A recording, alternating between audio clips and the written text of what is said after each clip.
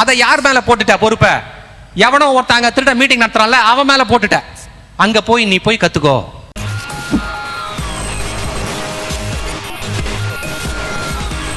ஐயோ பாஸ்டர், இப்படி பண்ணலாமா?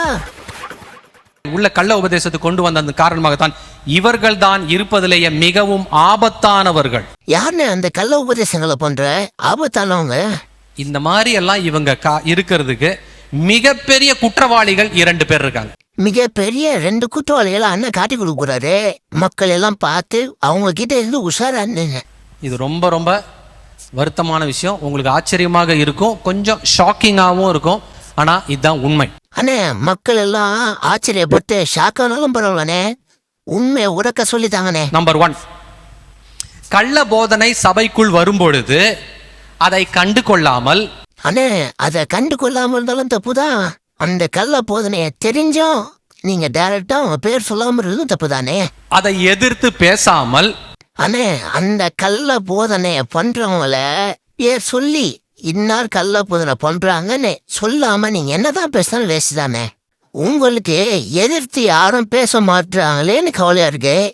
எங்களுக்கு உங்களை ஒரு ஆட்கள் தான் எதிர்த்து பேசுறாங்க. ஆனா யாரு எதிர்த்து பேசுன்னு சொல்லாம பேசுறீங்களே. யாரு எதிர்த்து பேசுறாங்கன்னு சொன்னாங்கன்னு மக்கள் விழிப்புணர்வு அடைவாங்க.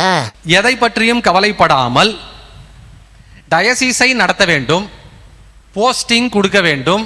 அண்ணே, எதை பத்தியும் கவலைப்படாம டயசிஸ் நடத்தினா போஸ்டிங் கொடுக்கணும்னா அப்போ நீங்க சிஎஸ்ஐ தான் சொல்றீங்க. சிஎஸ்ஐ எதை பத்தியும் கவலைப்படாம டயசிஸ் நடத்துது, போஸ்டிங் கொடுக்குது.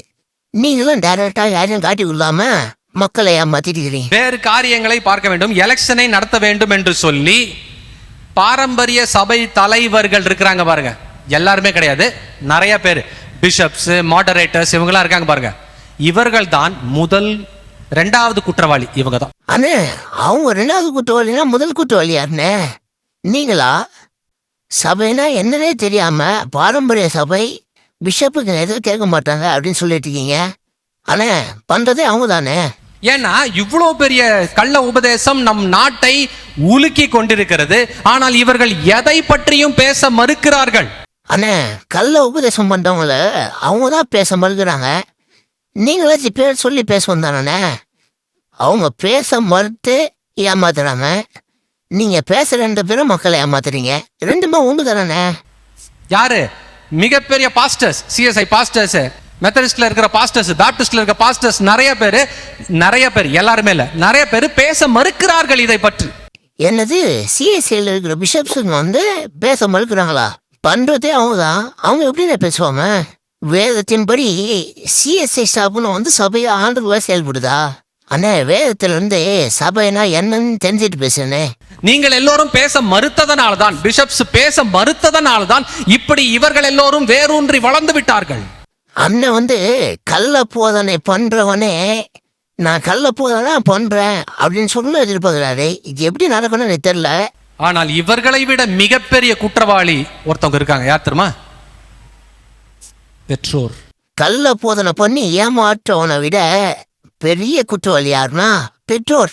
அது ஏன் அண்ணனே சொல்ல வைக்கலுங்க. வேதம் அறியாத, உபதேசம் அறியாத பெற்றோர் அவர்களும் கெட்டு போய் தங்களுடைய பிள்ளைகளுக்கும் உபதேசத்தை சொல்லி கொடுக்காமல், நீ போய் அந்த மீட்டிங்ல போய் ஆவியை பெற்றுக்கோ, நீ போய் அங்க போய் ஜெபத்தை கத்துக்கோ, நீ இவருடைய மீட்டிங்கு போ, அங்க போய் இங்க போய் என்று சொல்லி, ஏய் நீ முதல்ல உன் பிள்ளைக்கு சொல்லி கொடு. நானும் அதுதானே உங்களை பார்த்து கேட்கிறேன். உங்களை ஃபாலோ பண்ற மக்களுக்கு எது கள்ள உபதேசம்னு மக்கள் சொல்லி கொடுங்க. யார் கள்ள உபதேசம் பண்றான்னு பேர் சொல்லி சொன்னாதானே மக்கள் தெரிஞ்சுவாங்க. ஆனாலும் அண்ணன் சொல்ற மாதிரி பெத்தவங்க எல்லாம் பிள்ளைகளுக்கு சொல்லி கொடுத்தாச்சு பயில் பண்ணீங்க. நீ சொல்லி கொடுக்கலையே அண்ணே, அதே தானே நீங்களும் சொல்லி கொடுங்க. பேர் சொல்லி கொடுங்க. அவங்க கள்ள உபதேசம் பண்றாங்கன்னு சொல்லி கொடுங்க. அவங்க மக்களோட பணத்துக்காக ஊழியம் பண்றாங்கன்னு சொல்லி கொடுங்க. அவங்க மக்களை தவறா வழி நடத்துறாங்கன்னு சொல்லி கொடுங்கண்ணே, சொல்லி கொடுங்க. யார் மிகப்பெரிய குற்றவாளி? அப்பா அம்மா. அண்ணே, வேதத்தை படிச்சு பிள்ளைகளுக்கு சொல்லி கொடுக்குற அப்பா அம்மாவும் குற்றவாளிதான். உங்களை மாதிரி ஊழியக்காரங்க விசுவாசி தப்பான இடத்துக்கு போறான்னு தெரிஞ்சோம் அவங்கள டைரக்டா எதிர்க்காம அவங்கள பேர் சொல்லி சொல்லாம உங்களை மாதிரி மாயமாலம் பண்றதும் பெரிய குற்றம் தான். இதை நீங்க எதிர்பார்க்கல. 1 நம்பர் குற்றவாளி அப்பாவும் அம்மாவும் தான். ஏன்னா மார்க் எவ்வளோ எடுத்த, இது என்னாச்சு, அது இதுதான் முக்கியம்.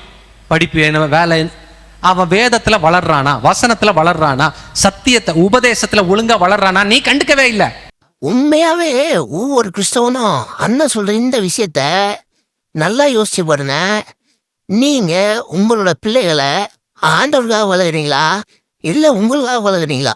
இந்த உலகமே ஒரு மாயைன்னு வேதம் சொல்லுது. நம்ம இந்த உலகத்துல வாழ்க்கதே ஒரு டெம்பரரியான ஒரு வாழ்க்கை தான். ஏன்னா நித்தியமா நம்ம கடலோடு வாழ போறோம். ஆண்டவரே, எவனாகிலும் ஒருவன் என்னை பின்பற்ற விரும்பினால் தன்னைத்தான் எடுத்து தன் சிலுவை எடுத்து வரணும்னு ஆண்டவர் சொல்றாரு. இந்த வயசுல இருந்தே பிள்ளைகளுக்கு வேதத்தை சொல்லி ஆண்டவரோட வழியில் நடத்தலைன்னா பின்னாடி ஆண்டவர் யாருன்னு தெரியாதனால ரொம்ப கஷ்டப்படுவாங்க. அதனால பிள்ளைகளுக்கு முதலாவது தேவனுடைய ராஜ்யத்தையும் அவருடைய நீதியும் சொல்லி கொடுங்க. அதை யார் மேல போட்டுட்ட பொறுப்ப? எவனோ ஒருத்தாங்க திருட மீட்டிங் நடத்துறான்ல, அவன் மேல போட்டுட்ட. அங்க போய் நீ போய் கத்துக்கோ. அண்ணே, எவனோ ஒருத்தன் திருட அப்படின்னு சொல்றது பதில எந்த திருடன் சொன்னாதானே அந்த திருடன் போய் மக்கள் எல்லாம் ஏமாறாம இருப்பாங்க. ஏன்னா இங்க மீட்டிங் நடத்துற முக்காவாசி பேர் திருடனாதானே இருக்கான். அடுத்த வாட்டி நீங்களும் மீட்டிங்ல பேசும்போது எந்த திருடன் சொல்லி பேசுவனே, இல்லைன்னா உங்களே திருடன் நினைச்சிட போறாம. பல பிஷப்மார்கள், பல மாடரேட்டர்ஸ், பல பாஸ்டர்கள், பெற்றோர், இவர்களிடத்தில் தான் ஆண்டவர் முதலில் கணக்கு கேட்பார். நீ என்ன பண்ணிக்கிட்டு இருந்த? அண்ணே, அதே கணக்கு ஆண்டவர் உங்களை பார்த்து நீ என்ன பண்ணிருந்த கேட்டா நீங்க என்ன சொல்லுவீங்க? ஆண்டவர் நான் தப்பு பண்றவங்க எல்லாரையும் பேசலாம்னு சொன்னனே அப்படின்னு சொன்னீங்கன்னா ஆண்டவர் மகிழ்ச்சி ஆயிடுவாரானே. இவ்வளவு கள்ள உபதேசம் செழிக்கும் போது நீ என்ன பண்ண? நீங்க என்னன்னே பண்ணுவீங்க? கடிந்து கொண்டு உதசிறன்ற பேர்ல பேரை சொல்லாம இந்த மாதிரி பிரசங்கம் பண்ணுவீங்க.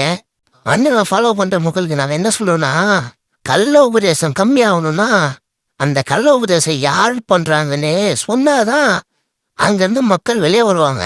அதை விட்டுட்டு திருடுறாங்க, கள்ள உபதேசம் பண்றாங்கன்னு மறைமுகமா பேசுறதுல ஒரு யூஸும் கிடையாது. வேதத்துல மல்யுத்தம் பண்றவன் சட்ட திட்டத்தின்படி பண்ணாதான் முடிசூட்டப்படுவான்னு போட்டுது. முடிஞ்ச அண்ணனை தோற்றத்தின்படி தீர்ப்பு செய்யாம நீதியின்படி தீர்ப்பு செய்ய சொல்லுமே. ஏன்னா ஆண்டவர் சீக்கிரத்துல வரப்போறாரு. அவருடைய நீதியின்படி இந்த உலகத்தை நியாயந்திருக்க. நம்ம truth scan AI channel videos நல்லா இருக்குல்ல, உடனே சப்ஸ்கிரைப் பண்ணணும். மக்களே, நீங்களும் லைக், ஷேர், சப்ஸ்கிரைப் பண்ணுங்க.